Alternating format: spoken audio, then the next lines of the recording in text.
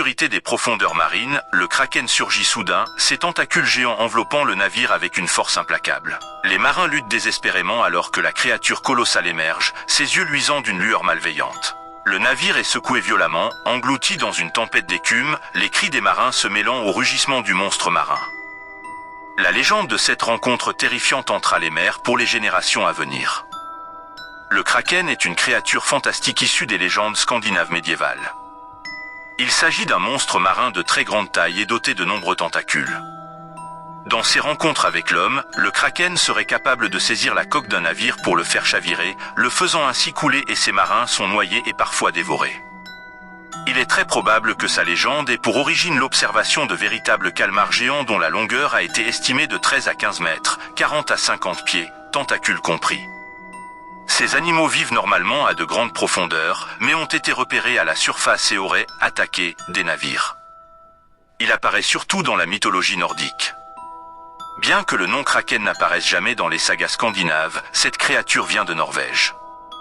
Dans la première édition de son Systema Naturae, 1735, Carl von Linné inclut, dans une classification taxonomique des organismes vivants, le kraken comme un céphalopode avec le nom scientifique de Microcosmus, mais l'animal est exclu des éditions ultérieures.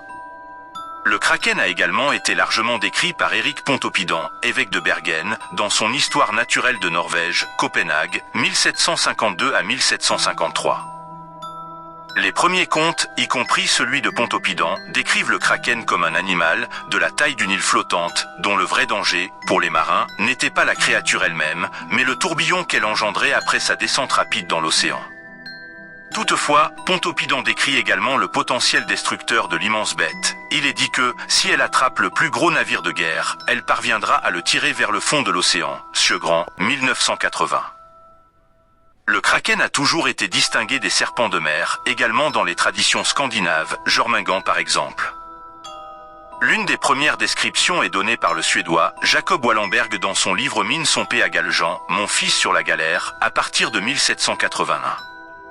Le kraken est aussi appelé de crabe-poisson et n'est pas, d'après des pilotes norvégiens, tellement énorme, tête et tentacules comprises.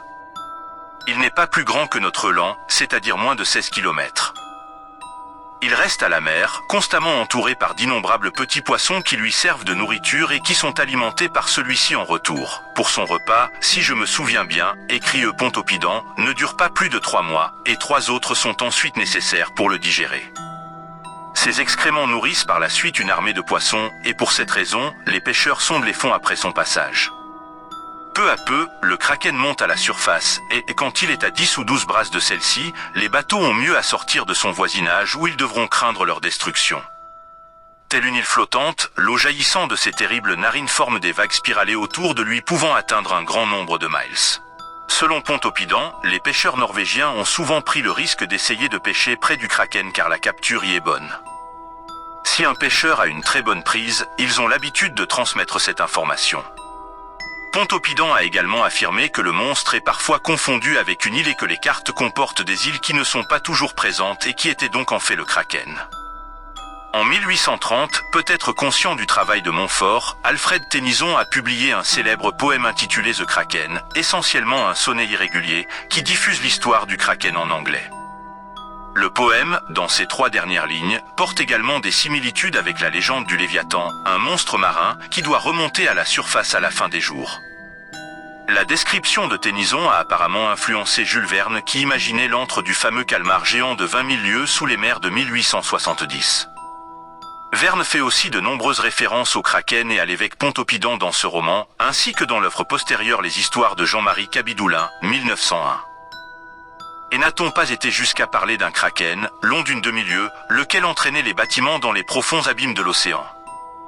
Puis, 10 à 12 siècles plus tard, l'évêque norvégien Pontoppidan affirma l'existence d'un monstre marin dont les cornes ressemblaient à des mâts armés de vergues, et, lorsque les pêcheurs se croyaient sur de grands fonds, ils les trouvaient à quelques pieds seulement, parce que l'animal flottait sous la quille de leur chaloupe.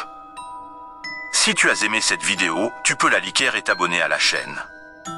Et il y a plein d'autres vidéos à découvrir sur cette chaîne.